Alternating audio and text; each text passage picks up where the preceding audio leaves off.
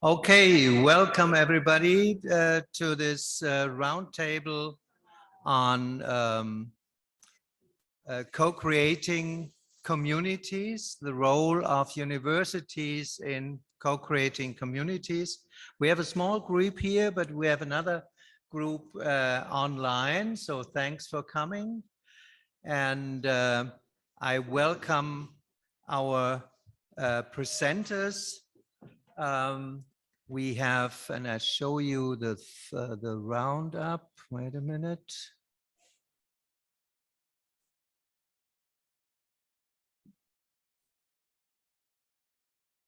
What do I have to do? Stamper? Yeah. No. First slide here. Okay. Thank you. No, it's not working. I did the wrong. I hit the wrong key. He's faking open. Thank you very much. Yeah, I just wanted to show you the lineup for today.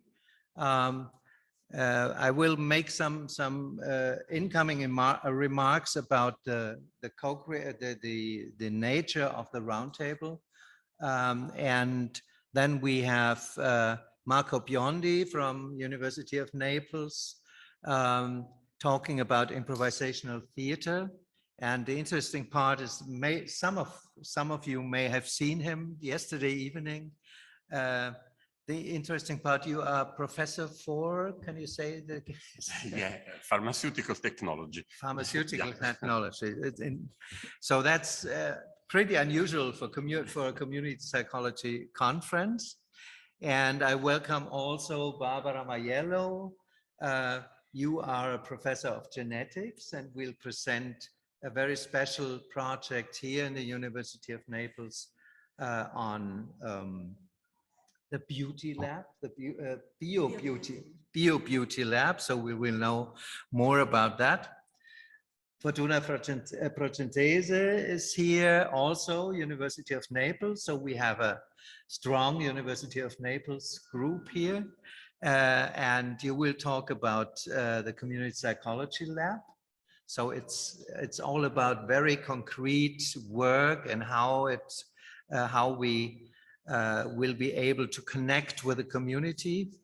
And then we have two presentations from online, from on the one hand from YODAN ROFE from Israel, and he will present a project which is situated close to Naples in Sorrento. It's the Building Beauty program. This is coming from the area of architecture. So we have here a truly transdisciplinary roundtable, and I will, after that, EDUARDO URIAS from the Free University of Amsterdam will talk about community building by using community gardening. So 4 very concrete and very precise projects where you can learn how to co-create from the university side with communities, and I'm really looking forward to these presentations. And I guess you are the first one, so I give you the floor. Okay. You know how to. I suppose. Yeah. Can you hear me? Is silence a yes? Yes, we can. Okay. I'm going to share. Can you see the screen? Yes. Okay, you can see the screen. So I will try to stick to the 10 minutes. So I will be. First of all, thank you, Wolfgang, for the invitation. I am Marco Biondi, and I am a chemical engineer, and my research interest is in the pharmaceutical technology field, but that's not the reason why I'm here, because I also deal with the improvisational theater, It started as a sort of just spare time interest, and now here I am, so it's pretty cool. For those who do not know, improvisational theater is a form of theater which starts from the suggestions of the audience. So the actors do not know what's going to happen on stage until the audience gives the spark. And it's based on stories, music made in real time. They're impromptu stories created by an ensemble of actors. There is no script, of course. So this strictly involves storytelling, of course, because theater is about telling stories, and a functional storytelling is supposed to work provided there are grounded characters, but most of all, strong, meaningful relationships on stage. In this context, the actor is a reactor, because the input given by the audience is processed by one or more actors, and all the other ones have got to react coherently with the unraveling of the story moment by moment. So all the actors are at the same time, from time to time, leaders and followers. And for this to work, it's not working. And it got stuck. We are lucky. And, yeah. So can we go further? We cannot go further. I hate you. Just one moment. It requires agreement, okay? What do we mean? If the actors are all tuned on the same, I detest the word wavelength, but it means something. A story can be readable, understandable, and built up from time to time. So this requires, first of all, acceptance. We must say yes. If you give me a proposal, I understand it's a gift. I develop something on that. And it's yes, and I build something on that. Yes, but is no. It's no, but better disguised. Yes, but means yes, but what I'm going to, and everything which is after the but is more important, which means I am more important, you are less important. So for a functional improvised story to go further, the idea is that I am not more or less important than you. I accept what you say and try to build something around it. So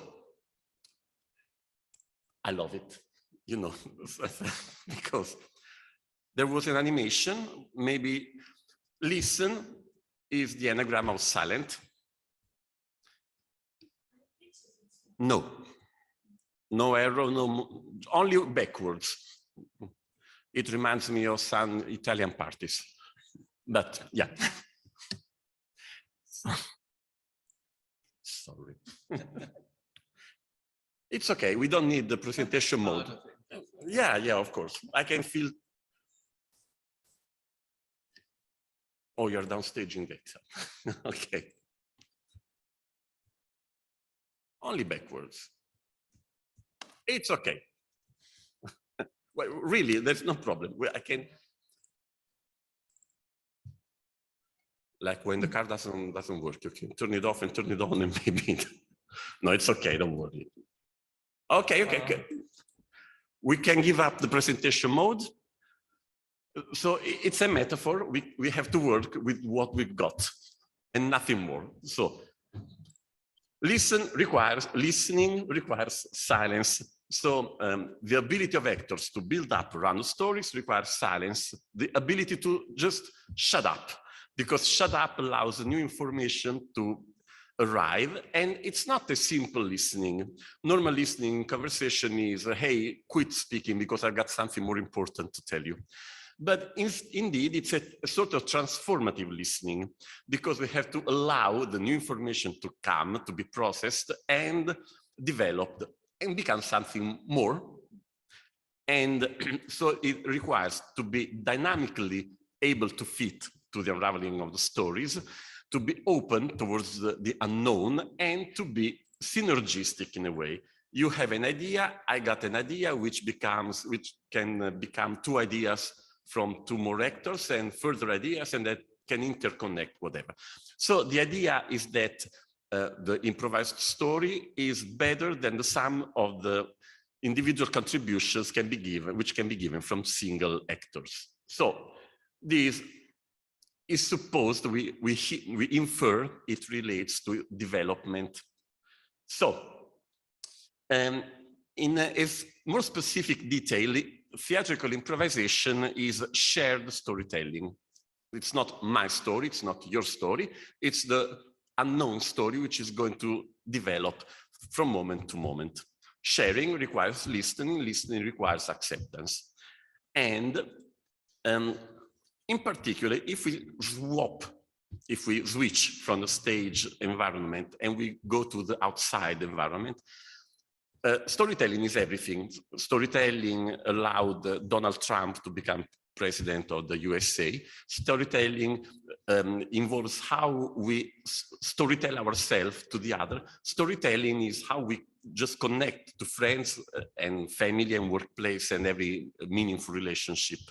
So we mean that the ability to change storytelling, which comes from stage and can be exported outside stage, is related to the ability to self-edit. I edit myself, and I can rewrite and reread in a more functional and possibly less guilty way the story of my life. The less guilt I feel, the less guilty I feel other people are. Well, that's a hypothesis, so please trust. So this also relates to the ability to develop soft skills. It's an abused term, but into more detail, they are essential / life skills. We think that soft skills should be applied everywhere. We should not complain unless it's really necessary. We should not say no unless it's really harmful. Okay, we must keep the ability to say no, but just only provided our boundaries have been violated, whatever we mean for boundaries.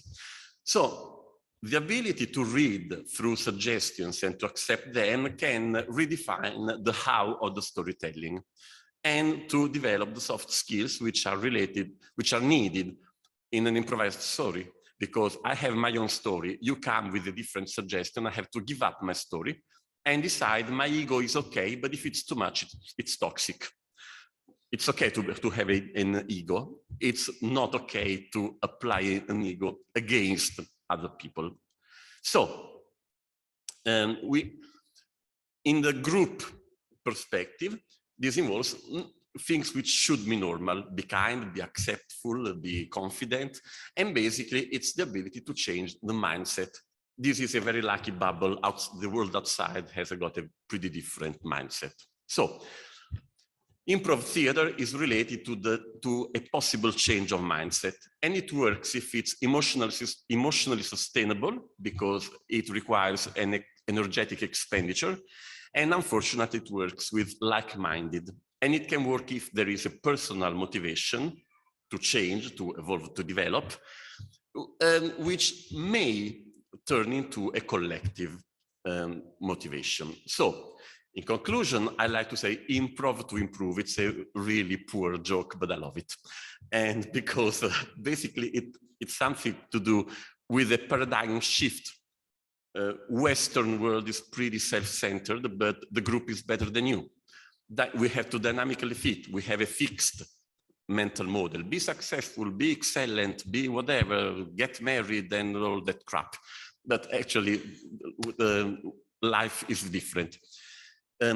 Acceptance, real acceptance, and transformative listening can ease the anxiety of living.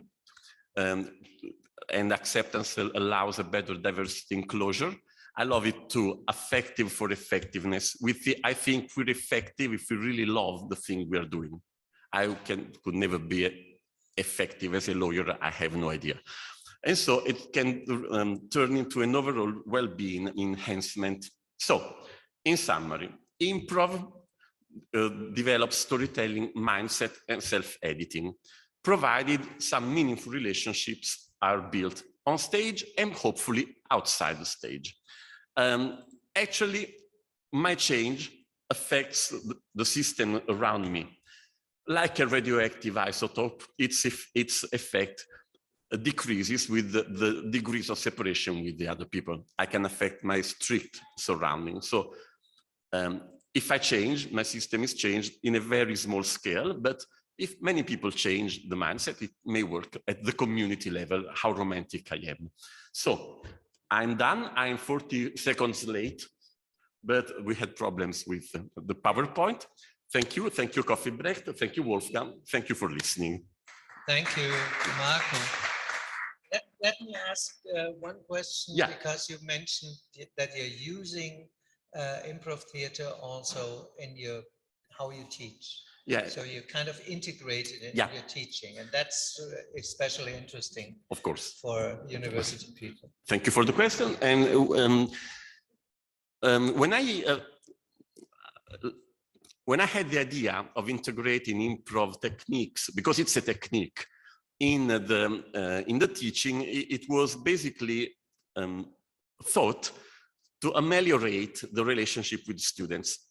I don't know outside Naples, but students are normally suspectful about the professors. They think we only want to find their mistakes and punish them for the mistakes. They don't really believe we try to get the best of them. And the best of them means try to learn more, suffering less. That's our hope.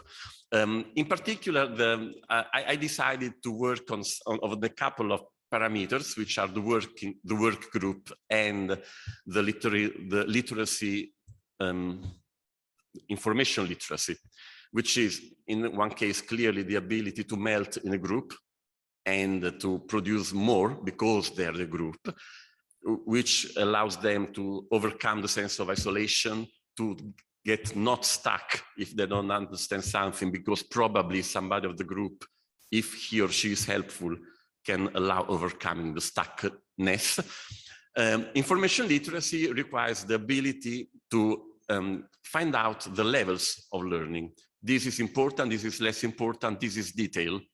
And it was built by encouraging the students to say, you tell me a sentence, and one sentence is a concept.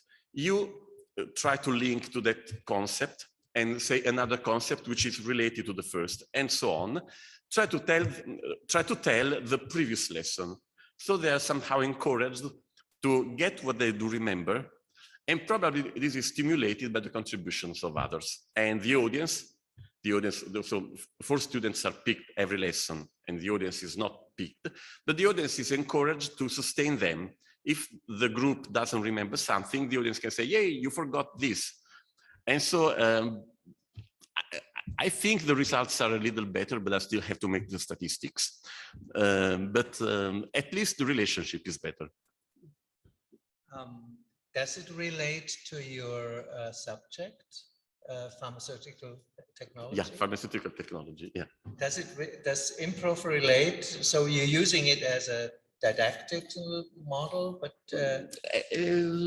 more as a behavioral model. Okay. Yeah. Because I think if I behave respectfully to the students, and there is hierarchy, of course, because I'm the professor and they're not, and they will be judged for what they learn.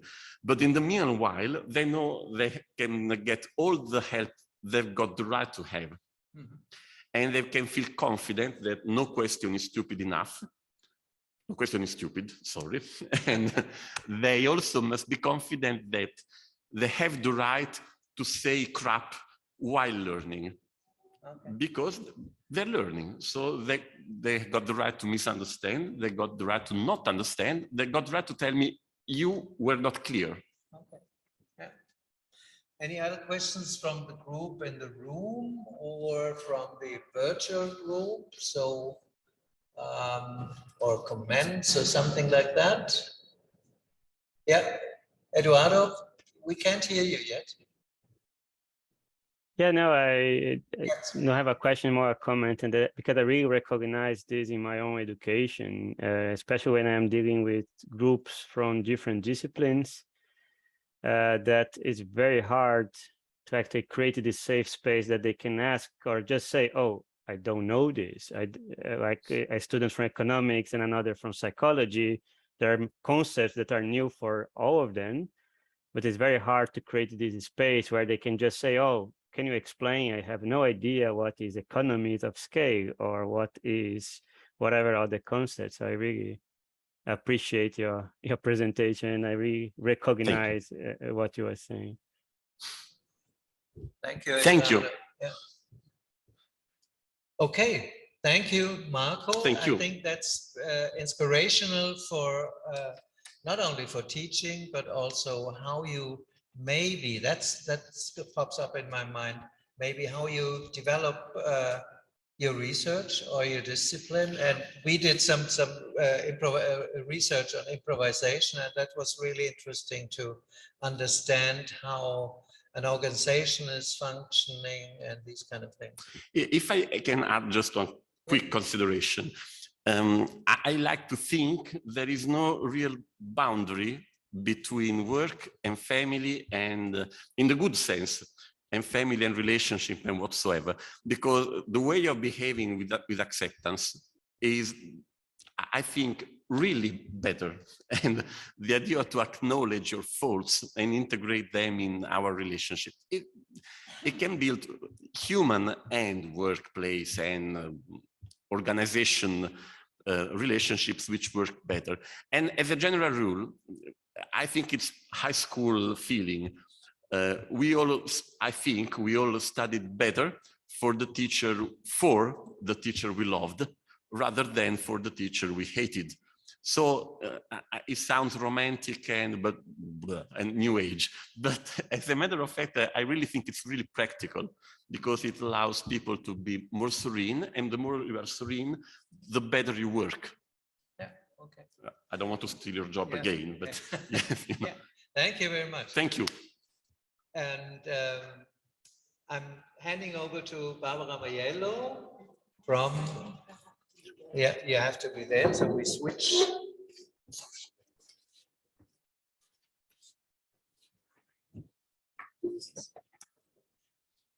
And Barbara has created a very, in my opinion, very special place in the university, which she calls Beauty Lab, and that is creating a unique connection and bridge between the university and the community. And here's the stage.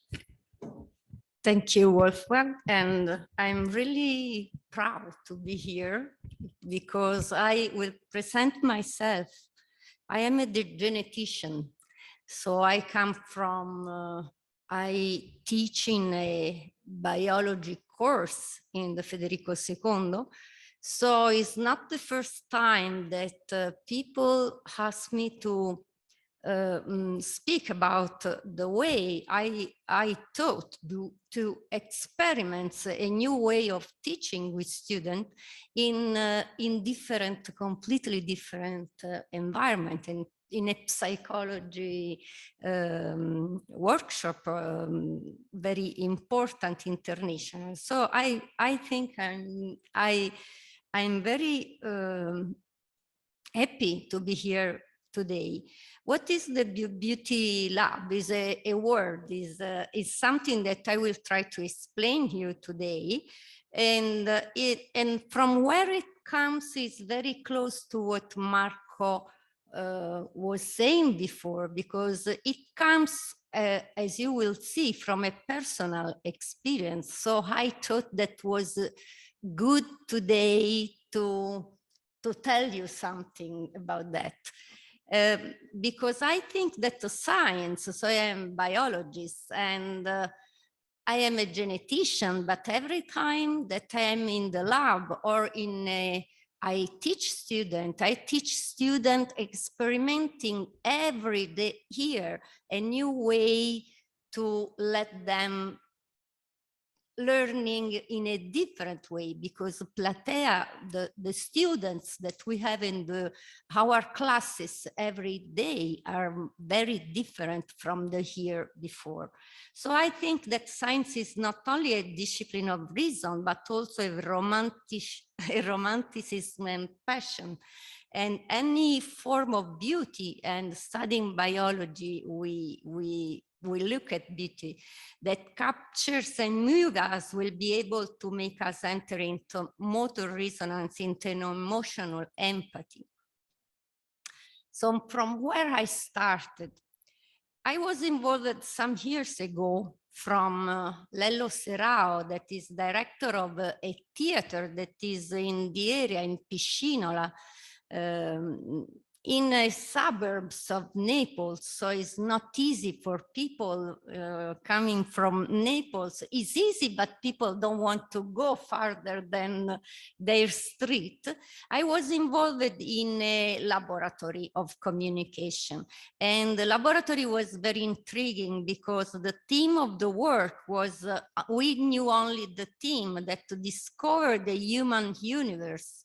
And we were all human, women of different social classes, and no one knew the other what was doing. The professional behavior, the professional engagement of the person. At that time, I was, and I've been since some months ago, the president of the course of biology of Federico II, but nobody knew that. And so the theme of the work was, Lello was very, very good to pull out from us very different personal life experience, common places and differences, contaminating each other and discovering our weakness and strength from each other, because I learned a lot during during that period. And the laboratory took place, and now I understand when psychologists move, took shape very slowly. I am a scientist. I want everything fixed in a protocol, and psychology do not do that. So it took place very slowly. A format at first was obscure to us. None of us knew the other, but the director, Lello Serrao, the only man among us, was able to guide us in silence to discovery of the other, and through the other, the rediscovery of oneself. And that was what Marco was saying before. So on the stage, he guided us in communicating our emotion with all the means that at our disposal, not only the words, the voice, but the body, the sound, the poetry, the ancient text, the contact, the acts. So one day looking at the walls of the theater, and I think if people here knows the theater, Fortuna, Marco, and Wolfgang will be with me on Monday, one day I listened from Lello a story that was made of poetry. Lello Serrao, I will read because it's easier. Our mentor on this laboratory over the years has made the town theater a community cultural hotspots, a place of reference for citizens, educators, operators, and cultural associations. And the effort of all the volunteers in the suburbs of Naples led by Aldo. Aldo is 80 now, a retired biology school teacher with a great passion, has made from a cluster of brambles a real laboratory of social ecology, a park, a garden, a vegetable garden, a part of a wide corridor that starts from Piscinola in the suburbs of Naples, but crosses the entire neighborhood area of Scampia. Scampia, if somebody listen at this name, is the land of Gomorrah, of criminality, and is not like this. Lello showed us along this corridor, this decoration, the murals, and we found hard to believe that they were the work of operators of the mental health center in Scampia. So these butterflies were decorated by patients of mental health center. And citizens contribute with the skills and passion with what I call the friend of time, and of course I'm a friend of time, continue to plant. And not only seed, but I think they are committed to transforming a symbolic place in a place of culture that alleviate one that attract attention. So I'm here to tell you that at that time I thought that encountering the butterfly corridor of the time made me think of the fantastic and fantasize a lot. I imagine a person and an emotional experimentation where the proscenium is the street, not longer just the laboratory. And I think that is a metaphor. Seeing butterfly in our cities is difficult and is increasingly rare because we do not have green, but I think that we don't see butterfly because we don't socialize anymore with us. So it is necessary to do something to have hugs also for us as butterfly, and corridor of butterfly for me is really a metaphor. So we have to transferring emotion to our student, and what we are doing, I think, not between our student, also between teachers, transdisciplinarity is this. So I think that synergies between the teachers and educators of different environments are of course important. So the journal with the people I met, and I met people, and now I'm very proud to be considered a friend of town, because it's not so easy to become a friend of a place in the peripheries. And I have heard a lot during this psychology congress. And why so difficult to find a spirit of invention, of dialogue, and transversality between disciplines? Because beauty is an invention. We called in Italian biobellezza, but when I went to Amsterdam and I realized through Wolfgang Starr that scouted me and told me, I think it's a good project, that the biobellezza became biobeauty. And it's not a question of contaminating the different field of knowledge, but of experimenting with them, of getting involved or involving the other, as I am here, and also Marco is here between you. For this reason, I think that art, science, philosophy are fundamental disciplines that through a unified vision became the tool to face the challenge of the future. So the Butterfly Corridor in May became a beauty laboratory, and I made this doing as president of the Green Biology, doing convention with the TAN theater for students, for internship for students that went there to do what? To implement a biodiversity project that was done by Aldo, and I hope that will continue forever. And also a project laboratory on the field, a co-creation laboratory for art, science, scientific dissemination. And we did not so few things, but I think we have done a lot of things with the territory. In the territory, there is a Scampia lab for 3D technology.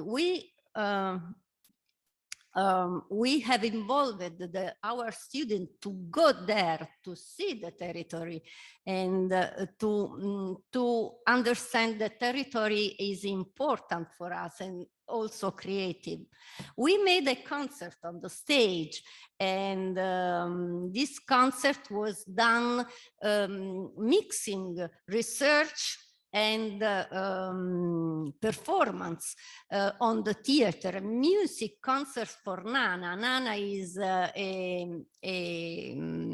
young student that died for a leukemia. So we did this also for fundraising, to have funds for research for a leukemia project. But we did this bringing our professor in the student professor in the suburb area. The Beauty project also entered in the Pangea network, and maybe some of you know the Pangea network, a plurality of subjects engaged in education and training course in the care of common goods and non-violence, which has the local club as its reference subject, l'agro-lega ambiente. And then we are doing for students in biology, but now I open it to all students in University of Federico II, of webinar on the beauty of science. And this mentor, and I have now two supporters of this project. One is Professor Boncinelli, that is scientific communicator, is a physicist, but has been a genetician, and then he is devoted to communication, that did some webinar. At the end of this webinar, for all students of the university, we asked them to tell, and in these sentences, what they think is beauty, is the beauty of science. And we have a lot of testimonials on that. And at the end of this talk, I want to reflect with you why co-create with students. The concept of student co-creation has become a popular topic in all in all companies, is very used to co-working with, to have the good idea by co-working. But as now delegate of teaching in delegate of director on for Federico II, I think we have to push that students became partners of our lessons. And co-creation consists, as also Marco was saying before, of developing deeper relation between students and teachers, and sometimes between teachers and teachers. It's when education is perceived that it's shared opportunity, where learning and teaching are done with students and not to them. The reason to include co-creation in teaching is that it boosts student engagement and improves student-teacher relationship. And synergy with students, but I wish to say synergies between teachers of Federico II and all the other university, give the opportunity to develop goals, design projects, assess outcomes, share what we have learned by ourselves every year, and improve our teaching. And the result, I think, is that the students are active in learning, learn more important, learn how to improve and adapt the way they learn. And we have to encourage students to stay in the university, and much of the value that university should provide to the student is not linked exclusively to course content, but I think all things that will improve their skills, also theater improvisation, are very welcome. And co-creation lets university provide more than just a content, and transdisciplinary is encouraged between teachers of different fields. And this is the last effort that we have done with the beauty team of students. And if you come on 26, and me and Wolfgang taught in a workshop open to teachers and students, and Fortuna will be, Procentese will be with us, Marco will be with us, Wolfgang helped me to think of what kind of topic we will deal with. And these are the themes that will be protagonists of this workshop.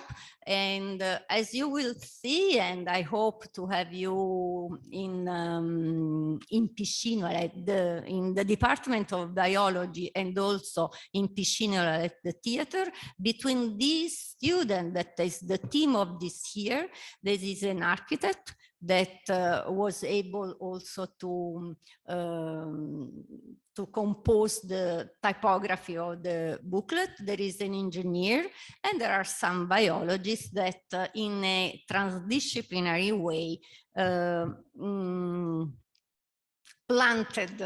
did a lot of things, planting essences, but also they also won already a prize. So I think thanks to everybody for your attention, and to our students, our youngs that are our future is my hug.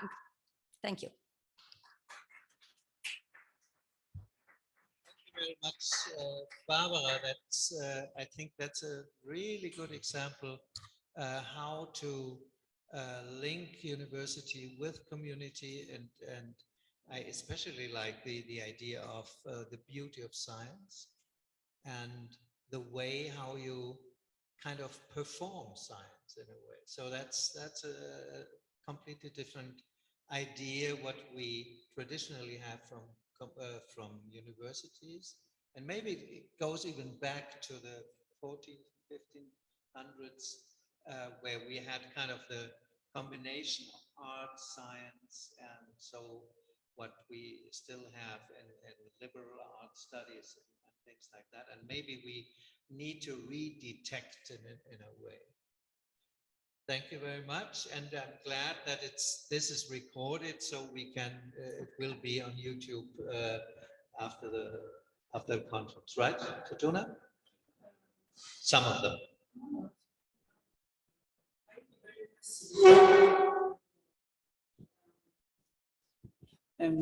For both work, and I think it's important to connect different reality in neighbors outside university. And I am impressed your attention about the motivation of students to stay in the class and connect with to learn some soft skills and other skills, specific skills for your discipline. I think is important because you develop the experience and in different way is very important to give a different way to learning. Because I saw in your perspective this aspect is very important, very significant, because I saw you, and I think it's important to improve for our students, because sometimes you don't have this possibility to do new, different reality, different way to learning. This is a comment for you, but okay. 30 seconds. First of all, I read even the mathematical formula can be beautiful. I agree, and they're beautiful. And there was another suggestion that I would like to share, because as for the ability of students to work together and perform better, one of the things which I tried to encourage was the knowledge among students themselves, because they didn't know each other pretty well, and so I assigned them to make a 5-minute presentation of anything they liked, and I said, please convince us this is beautiful. And so they really, so a girl talked about wine, chocolate, singing, and painting. And my favorite one talked about the special effects in horror movies of the 80s. And at the end of the lesson, they said, can you really do this? Oh, wow, it's fun. Why don't we talk about it in front of a coffee? And so the idea that the students can know each other better, I think could be a good engine for learning. And I'm done. Okay. Thank you very much. And I think that's the perfect switch to the Building Beauty project, which is close to this place, which is about 1 hour, Sorrento, 1 hour south. 1 hour. If it's okay with you, I switch the order because it just fits right now. Yes. And I'd like to welcome YODAN ROFE from the University of the Negev. That's right. YODAN, can you hear us? Yes, I can. Great. Yeah, and my incoming question would be: can you relate? Although it's a similar, they have similar How to topics. see them? How to see them? We don't see them. Can you hear us still, YODAN? Yeah, I can hear you. Can you see the screen? Come si fa più? Sono stata io, ho aperto la pagina web, quindi ho fatto un passetto. Can you see my screen? No, not yet. So we have to switch, we have to redo some on the computer. Okay. Sorry. We saw it very short, and then it went away. Oh, no, well, I turned it off. So I'll try again.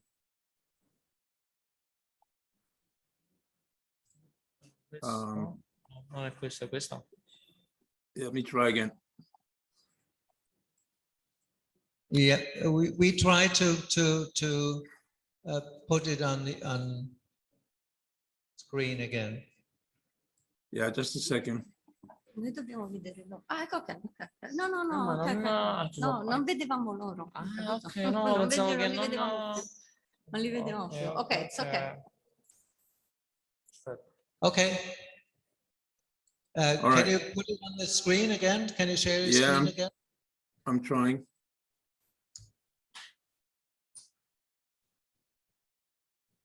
Okay. Can you see my screen? Yeah. Yes. Thank you. Okay. Okay, go. so first of all, thank you very much, Wolfgang, for inviting me. I'm very, very sorry that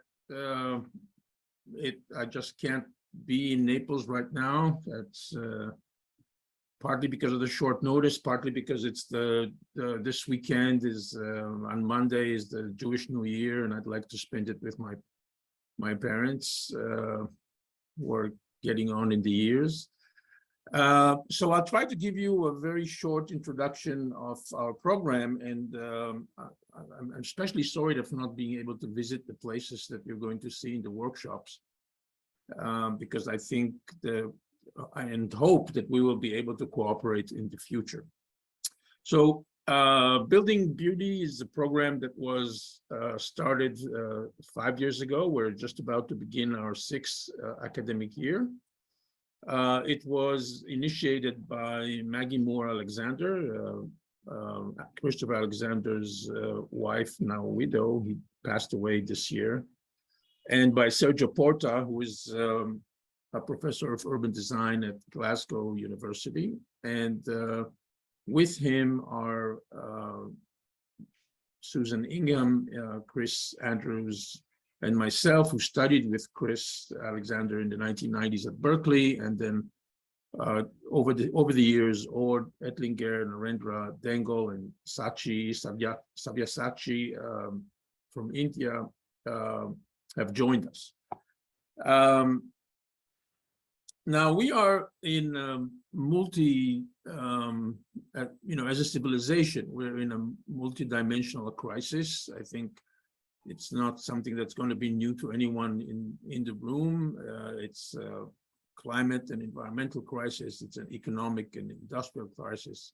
It's a political crisis that is plaguing, I think, all countries, democracies and non-democracies, an international political crisis now in Europe, also on the edges of Europe.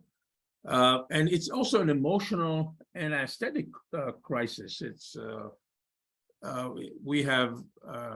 we're maybe a civilization that is the richest civilization that human beings ever created on Earth, but it's probably also the ugliest civilization that human beings created on Earth. We're busy destroying the world, both physically and also aesthetically. And as a result, development itself has become a symbol of ugliness and destruction. And so many people resist development based on their assumption that the development is going to be necessarily going to actually destroy the things that they love. Now, obviously, architecture plays an important part in this. Architects are one of the tools of development, and modern architecture and planning have largely failed to deliver on their promises of the early heroic age of the 1920s and the 1930s. They degenerated into marketing of heroes architecture. Architects become specialists in marketing images and often are just putting the face and the facade on something that is completely designed and planned and built by other professionals. Beauty itself has became almost a dirty word within the architectural profession. It's hardly ever discussed and definitely not. It's not something that is taught to students. Students are taught the good design, but they're not taught beauty, to do beauty. It's not an aim of architectural teaching. And so as a result, students are really not seriously prepared to confront present challenges.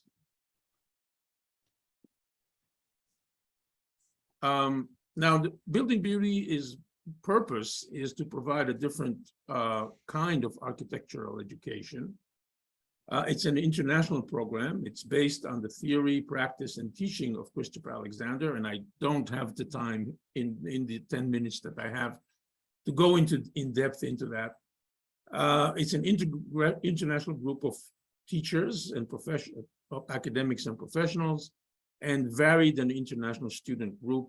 It ran for 2 years at Santa Ana Institute, and the last 2 years we moved online because of COVID. And hopefully this year, in the second semester, we will go back to teaching in Sorrento as well, but we're not going to stop teaching online because it has increased our accessibility to a much greater degree, both in terms of cost and in terms of time and that students had to devote to it. Now, what are the key principles of building beauty that come from the theory, Alexander's theory? The first one is wholeness. We teach students to perceive context and continuity in the physical world, and to learn how to extend and enrich it. That whatever project that they are engaged in, it always has to relate, enhance, and enrich an existing wholeness which extends beyond the project that they are doing.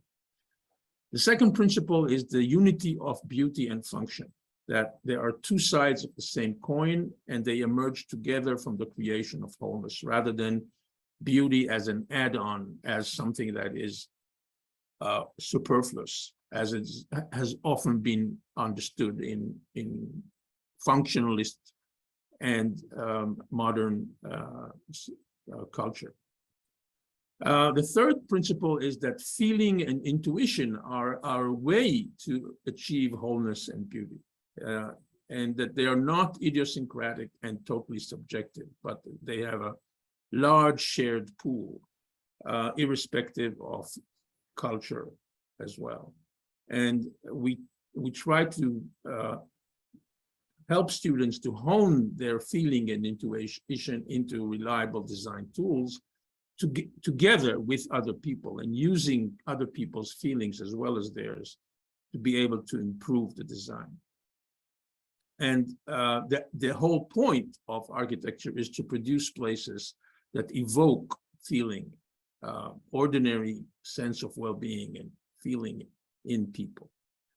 The fourth principle is the principle of hands-on making, and that's the unseparateness of building and design. The whole idea is that you achieve a building or you achieve a place by continuously engaging both in design and construction, rather than just executing a pre-designed plan.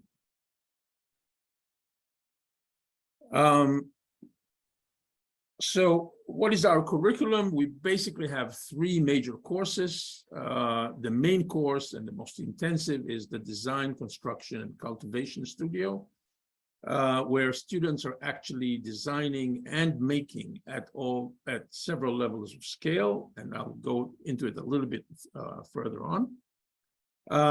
And which the point of the studio is always the goal of healing the earth, even in a very, very small scale, doing something that helps to heal the earth.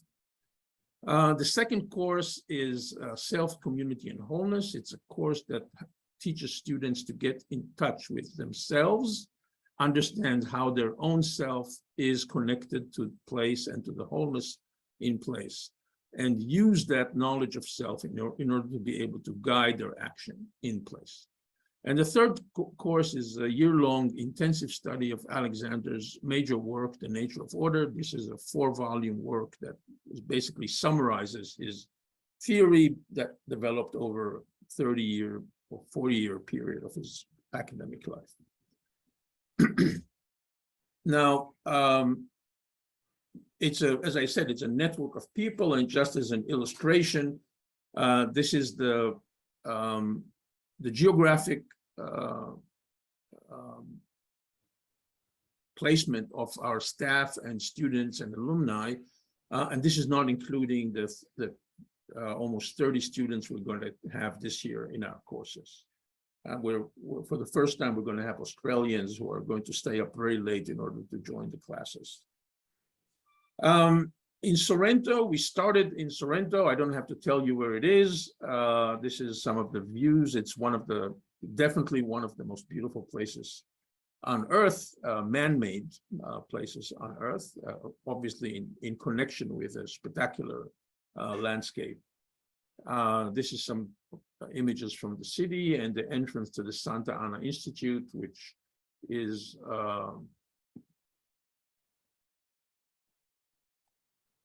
over here, and its garden, where we're doing most of the studio work. So the studio progresses. The first semester is an introductory semester where the students progress from creating a personal object to making a piece of furniture. So they're still within the personal level, but also adding a functional aspect. And then in the second semester, they move on to creating a project in the community. So it combines the personal, the functional, and the communal. So working with other people as designers and builders, and working for other people as clients. In Sorrento, we have built things in the garden of the institute. And when the course is online, the students have to actually create and make the project in their own community, wherever they are. So these are some examples of their work. These are some of the work made in the ornament part, which begins the studio. These are some of the pieces of furniture created by students. And sometimes in the process of building the furniture, they're making a mock-up in order to see how it works before actually building it. And these are some of the projects of the home. When they design a project, their own home, they have to design it on a particular site. They start from their own vision of what is their own home, what is their dream as of their own home, and then situating that place on site, making a mock-up of that, of the plan on the site by using strings and markers, and then from that developing the plan in models. And these are more examples of the student work. And many of the students who are taking the course are not architecture students. They're students who have never done architecture, but still they manage to achieve a very developed degree of design using the process that we teach them. This is the Sant'Anna garden, the project in the Sant'Anna garden. I won't go into the detail of the process that we're using with the students due to shortage of time, but this is the first year class. They've actually looked at the whole garden and made a plan for its development. It's not a plan that's to be executed as is. It's just a basic plan, kind of trying to understand the garden as a whole. And then each year comes in, will come in, will reinterpret a particular project and redo it appropriately according to their own understanding of how to do it. And so far, we have done two projects. One was the first year did a bench in this particular area, connecting the garden with the entrance courtyard. And the second year rebuilt the pergola that existed there and created a bench, giving an edge to that garden in the end. And this is the process of mocking up and designing, actually making sure that the place fits, that things work and that they're comfortable. And here we are as a group sitting in the bench, still at the mock-up stage to see whether it actually can support a class happening outside in the institute. This is the process of building and more mock-ups to design details, design ornament, and this is the final bench built in the first year. And this is the second year, the pergola with some details, and the bench forming an edge to the garden in a place which was kind of rather unfriendly and even slightly dangerous, because there was a 2-meter fall behind that bench where you see the wooden fence. These are some projects of the students that have been working online in the past 2 years. This is a transformation of a home into a kind of a family community of homes in South Africa. And this is a wonderful project where a student worked with a client to transform a bathroom. Even no project is too small, and you can see the bathroom as it existed before and as it is at the end of the project, and the details of the mock-ups he used in order to design mock-ups and models, working on details, working on colors, working with the craftsmen to make sure that things are done right. And this is the final project in use with the client. This is another project done by another student who is not an architect. He's a software engineer, and it's a community garden. It's the beginning of a project. The project is going to be much, much longer beyond the class, but it's a community garden on top of a building which serves as a community facility in Malmö, Sweden. We also have 2 summer workshops where we take students to different places in Italy. This one is in Puglia, building a small scale trullo, and this is in near the Modossola in Piemonte, learning to work with drywall stone construction, historic construction, in rebuilding abandoned villages that have been abandoned for almost a century. And these are some of our plans and visions for the future. We like to create a network of schools all over the world that can teach the Building Beauty program, adapting it to local context, culture, materials, climate, etc., creating a constellation of program In 2019, our courses became part of the University of Hartford curriculum. And this year, we're going to open the first full-fledged Building Beauty program in Pune, India, started by Narendra and Sachi, who have been working with us for a couple of years and have decided to open it. This will make it much more accessible for students in India to learn our material, because in developing countries, even our reduced fees, online fees, are much too high for most students in developing countries. We also would like to develop a full 4-year or 5-year architectural program. We've started that work in India, but that stopped because of COVID, and hopefully we'll restart. We're building a community of people from all over the world. It's the Building Beauty Association. It's a nonprofit, and it's a cultural association registered in Italy, and it will provide mutual support, skills, and opportunities for further learning and experience. We already have the Building Beauty Atelier, which alumni can join and discuss, work on the different projects, and maybe hopefully also develop shared projects together. And a network of outposts, sites, and communities that implement the method and provide learning opportunities for students and alumni. The Santa Ana Institute, and in development are a community in the Santa Cruz Mountains in California, in a farm in the Slovenian heartland, and hopefully there will be more to come. And we would like to cooperate also with the University of Naples. We already established contact with the Department of Architecture, but we would love to establish contact with you here and see if we could work together on some things. Thank you, Yoda. And thank you. For more information, you can go to our website or write to the address below. Yeah. Thanks a lot. Thank you. That was really great, and I really hope that there will be some collaboration be established with the projects here in Naples. And we have 2 other presentations which need some time, so I would suggest that we, without any further ado, we travel to Amsterdam. And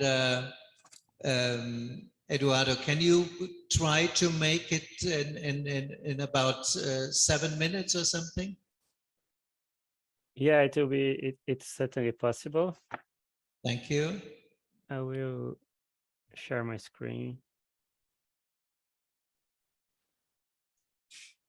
I hope you can see my presentation. No? Yes, we can see it. Okay, that's good. So first, thank you, Yodan and the other speakers for the interesting talk so far. I'm Eduardo Urias. I'm from Brazil, but I live in the Netherlands for some time, and I work at the Athena Institute at the Vrije Universiteit in Amsterdam.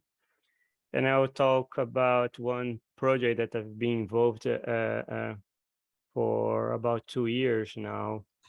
That is a community garden that was built in a neighborhood in Amsterdam. We'll show in a moment. And this was an initiative that was led by one international school. So this is Amsterdam International Community School. And then the Green Business Club in Zaida, so in that part of Amsterdam. So it's really a club of big business with an agenda of sustainability. So how to make those companies also to make or speed their contribution to a more sustainable society. And this is a screenshot that I took from Google Maps, and it's nice because it's very different from how the garden looks like now, but it was basically a plot of land that was given by the municipality of Amsterdam, but it was a temporary for temporary use because it will be a big building soon. So the municipality allowed the school and the Green Business Club to build a garden in that place. And for those who knows Amsterdam, Zydas is really a business center. So it's really the place of big consultancy companies, big lower offices. So it's really a suit and tie workspace. So it's really, of course, there is also residential, but it's really a big business part. I am from São Paulo in Brazil, and there we have the Faria Lima, that's really the bank avenue. And that's how I feel when I'm in this neighborhood. It's really a business place. Yeah, and then the idea was, okay, how we can make this garden a community garden. And from the perspective of, yeah, so, and this is just like, it started in July 2019. So that's when the municipality actually signed the agreement, but in fact, it started working on the land in 2020, but it was officially opened only in 2021, so in September 2021. And this picture show a little bit of the change. But here, from the perspective of the school, because the school was really in Leeds, so this international school, so mostly for kids between 7 and 11 years old.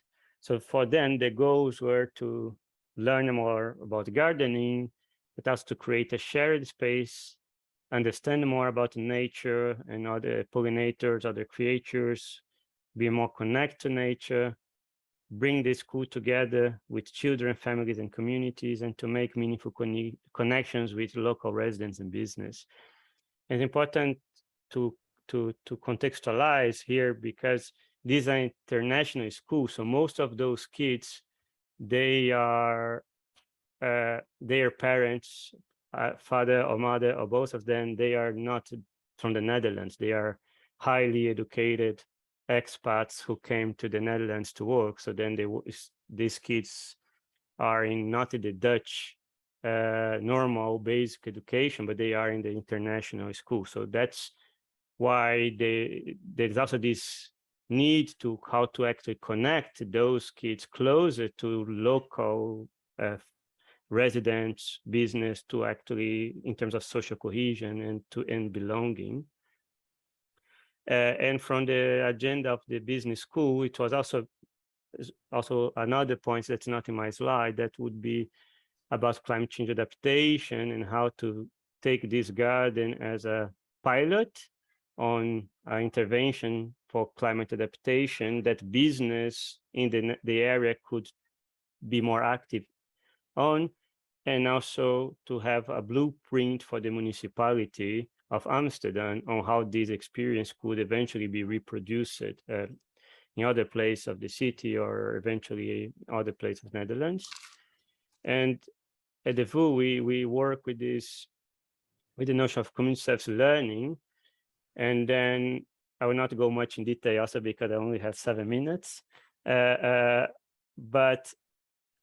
I was in my conversation with those partners, I was trying to make connections between education within the VU, so different bachelor and master programs where students could have assignments that could help, or I wouldn't say help, but work together with the community here, like the school and the business, to actually achieve their goals and learn together.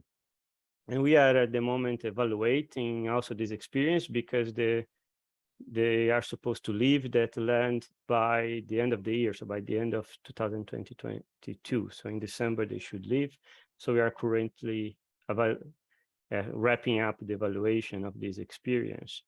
And I made some keywords in red here because I believe that the garden became a kind of a living lab. I think most of the benefits were still localized to the kids and their parents, that they were actually in the garden on a more continuous basis. because of course COVID was a very big challenge here, because they got to the land by the end of 2019. In March 2020 we were in lockdown, so making use of the physical space of the garden was very challenging up to this summer basically.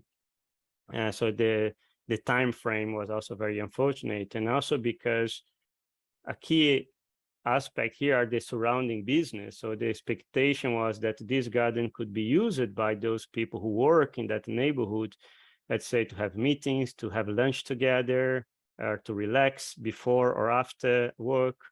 But with COVID, most of those people were working from home, or now they work 2 days in the week instead of the full week. So that was a big change in relation to how they plan it. And also this temporary nature of the garden, right? Because how much can people invest on it, knowing that it will go away in December? So that was also another challenge that we experiment.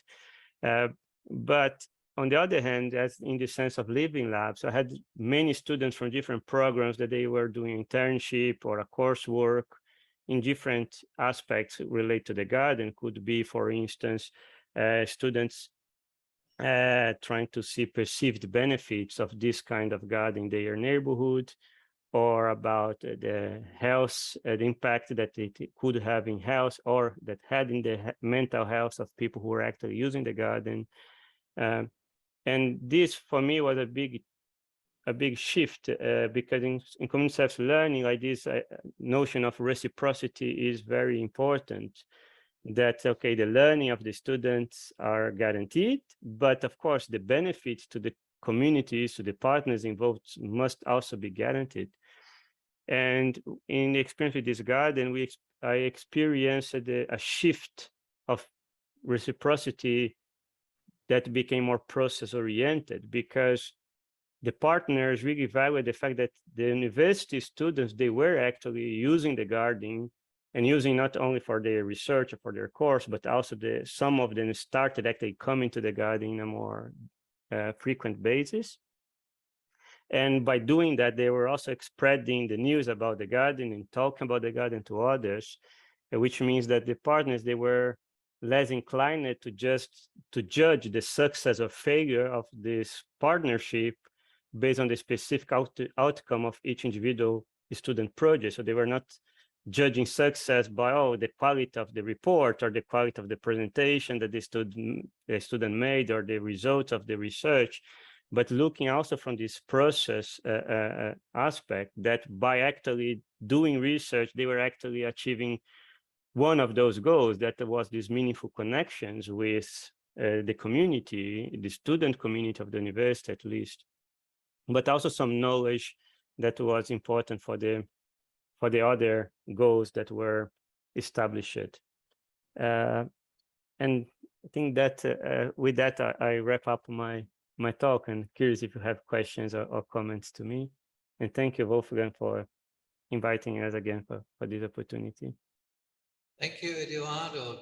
I think that this is kind of connecting with the Beauty Lab in a way, because it's also nature. And the interesting part of this is that you are temporarily, and I know a project in New York City where they started temporarily, and the gardens who have to give back 2 years later, they are still there since 30 years. So there's hope that you maybe will stay, hopefully, because you're doing very creative and successful work. We wrap up, and then maybe we have some time, if we steal some time from the other session, because I'm the chair for the next session as well.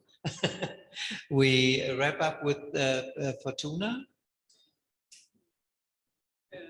Yes, but I can see you some picture only, because in this way I very fast to give an sense of our work. I don't know, it's a computer. Qua? No, qua. Questa adesso. Ah, sorry. Vabbè, ok, non vedevo. Sorry. I don't prepare before, but I would like so. Okay. Thanks for this presentation. You give us the really the perspective about the to build the beauty in the city and in our area.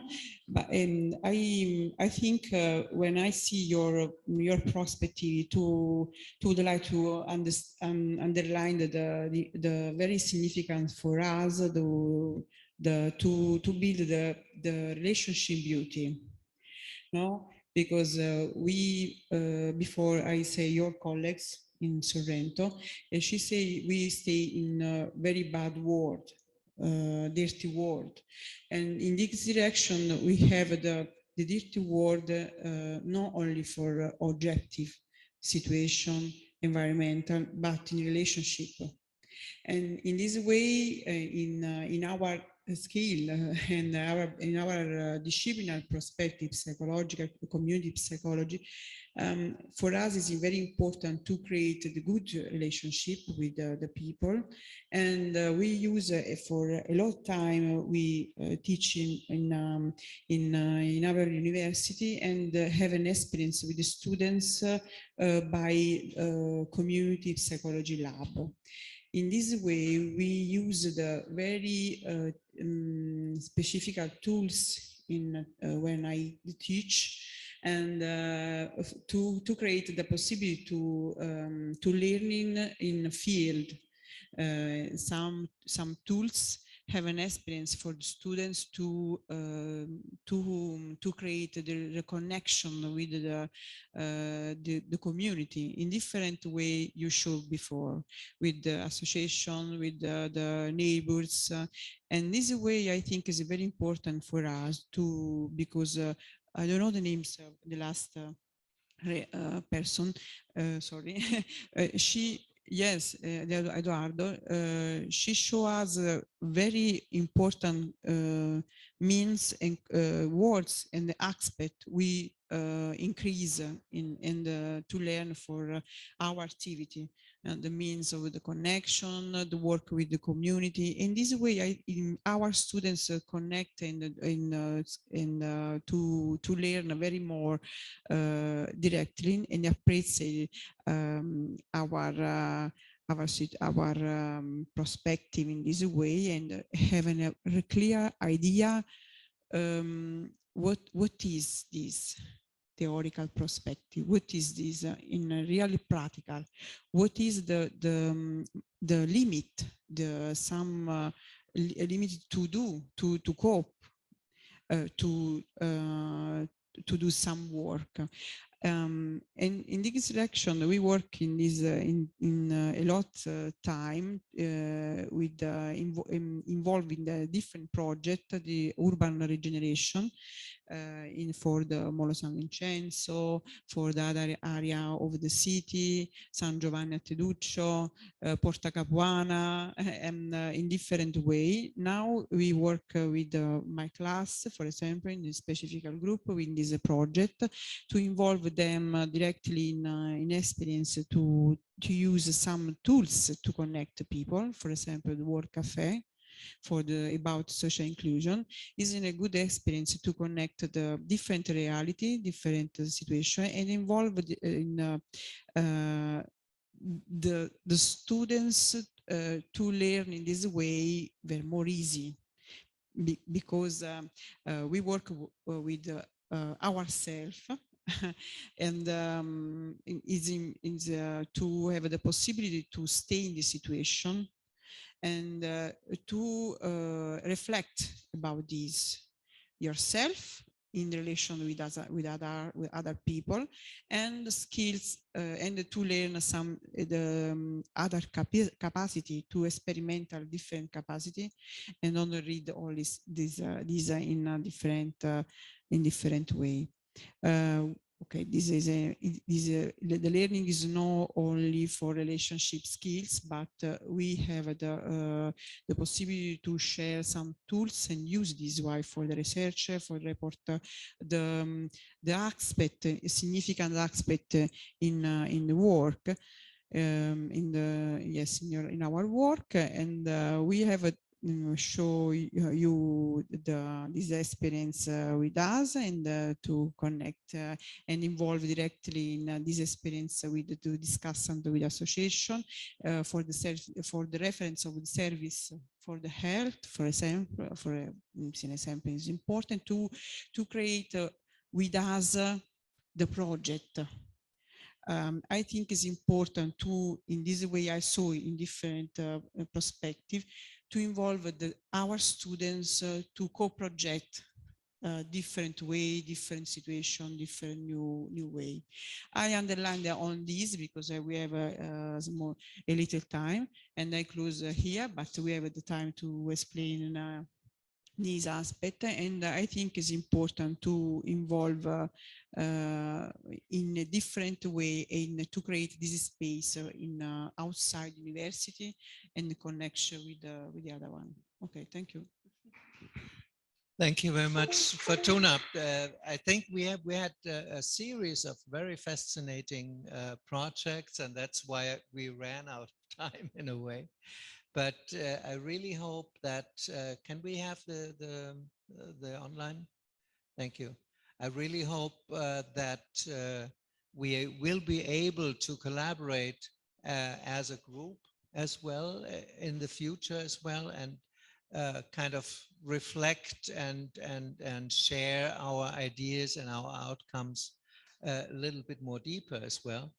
And so I hope we will stay together, and maybe that's a core of a group, or can be developed as a global network, also based on what YODAN already told us with his school. So there are many options, and the session before about critical education had a similar result. So I think the next step would be based on these wonderful experiences and the wonderful work you're all doing, is to share these ideas, maybe even worldwide on a global scale, and to bring experiences and bring results together and make something new out of it. So that's a promising thing. And thank you very much for joining.